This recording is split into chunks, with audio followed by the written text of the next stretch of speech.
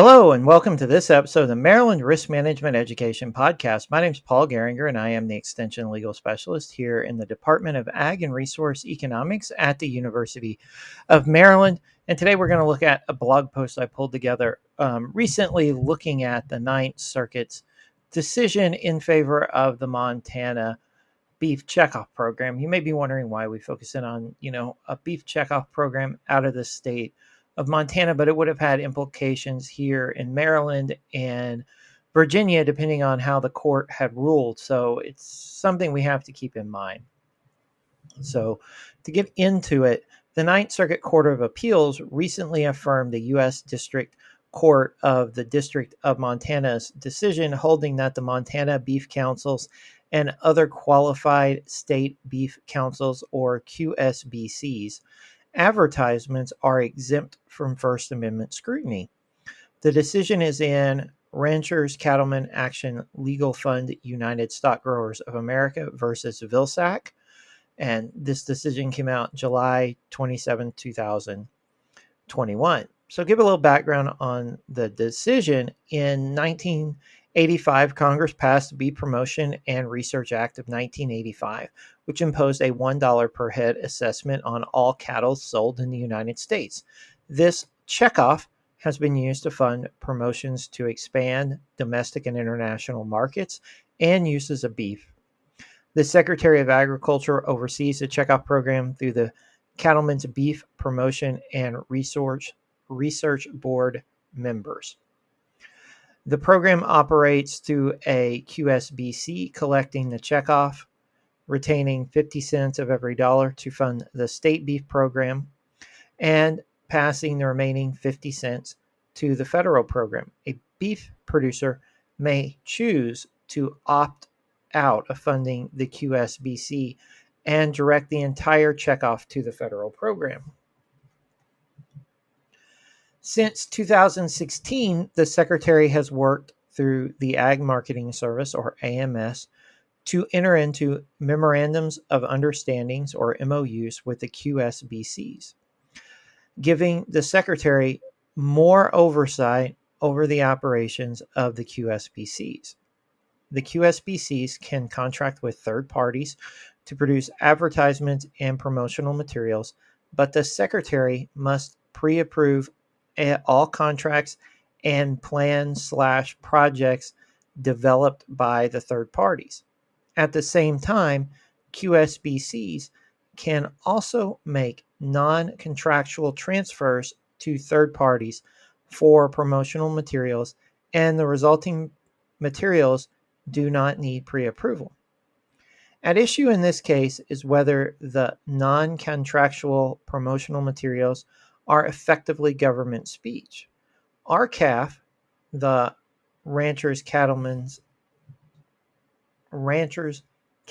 Action Legal Fund, is arguing these materials are compelled speech protected under the First Amendment.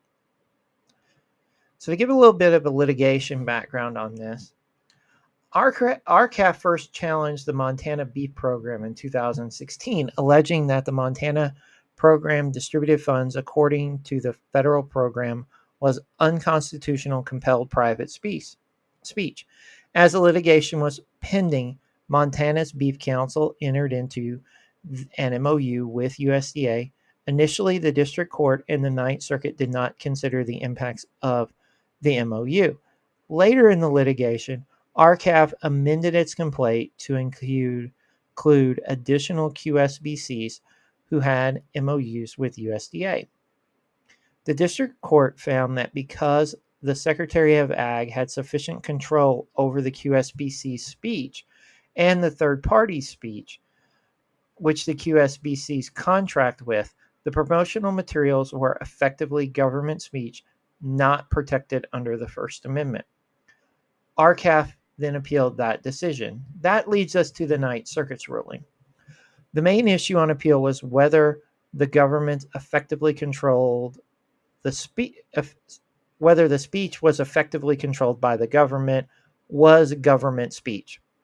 The court looks at prior Supreme Court decisions in Johans v. Ag Marketing Association, The Supreme Court in Johans upheld portions of the beef checkoff program against claims that the promotions were compelled speech because the government controlled the promotions to set an overall message and approve the words used. The Supreme Court in that decision looked at three aspects, showing the speech was indeed government speech. Congress created the beef checkoff program and the promotional activities. That's number one. Number two, Congress and USDA specified the general content of the promotional activities. And number three, the Secretary of Agriculture exercised final approval over the wording of the promotional campaigns. Using the past Supreme Court decision, the Ninth Circuit had applied the factors in two past decisions. In one case involving the California Pistachio Commission, the court found that the assessments on pistachio sales was constitutional because the assessment was under the control of the California Pistachio Commission and was government controlled, with the state specifying the overall goal of the program and exercising control over the messaging. The court upheld a similar required assessment for California table grape growers. In that decision, the court found the state statute creating the commission and the assessment went further than the Beef Act, the federal Beef Act at issue in Johans. With the California table assessment, the state could remove and appoint all board members of the Table Grape Association. The state did not require the review of commission developed messaging, but the court still upheld the decision.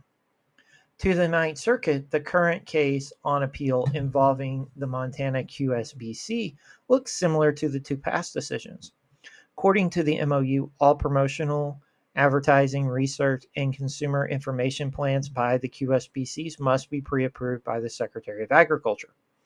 QSBCs must also submit annual budgets explaining an anticipated expenses for approval by the Secretary of Agriculture.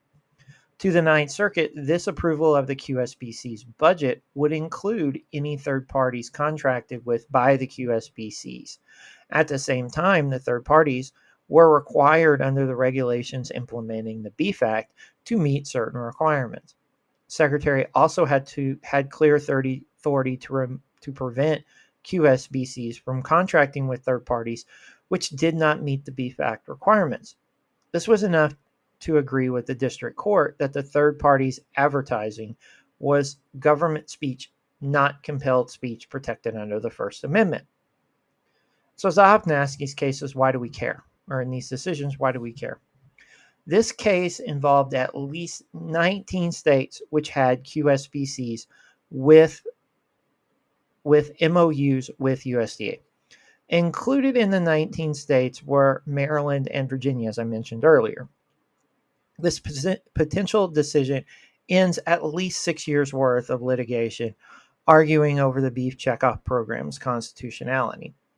RCAF, the plaintiff in the case, still has ongoing litigation in the federal district court for the District of Columbia, arguing that USDA did not have the authority to enter into these MOUs with the QSBCs. We're going to have to monitor that litigation and see if RCAF decides to appeal to the U.S. Supreme Court on this issue. So thank you again for listening. If you have any questions on today's podcast or any thoughts on future episodes I should cover, I've had people reach out in the past to offer up, topics or suggest people to interview. So please, if you have those thoughts, let me know. If you have any questions or thoughts, you can email me at lgoering@umd.edu, and you can find me on Twitter and Instagram at AgLawPaul, so you can send me messages there as well. So thank you again for listening and enjoy the rest of your day.